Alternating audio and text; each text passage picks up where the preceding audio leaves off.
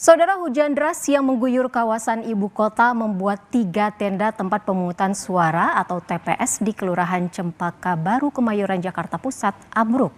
Selain ambruk, kondisi TPS yang tergenang air membuat proses pemungutan suara tertunda.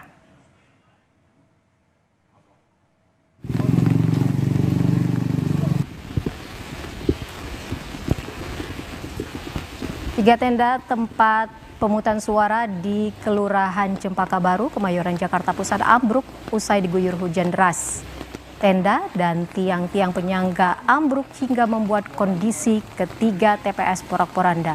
Selain ambruk, air setinggi 20 cm juga menggenangi 3 TPS itu. Akibatnya proses pemungutan suara yang sedianya dimulai pukul 7 pagi tak dapat dilakukan.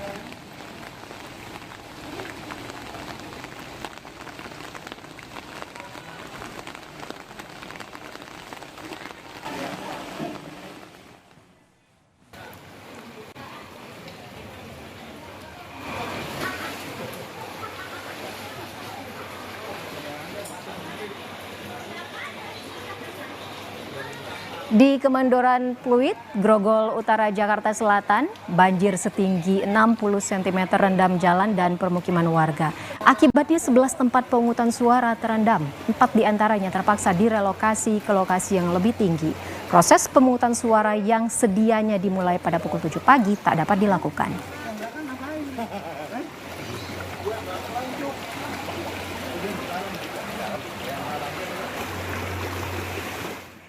Saudara, akibat diguyur hujan deras dan angin kencang, tenda TPS di Kabupaten Sumeneb, Jawa Timur roboh. Akibatnya proses pencoblosan pemilu dipindah ke dalam rumah warga.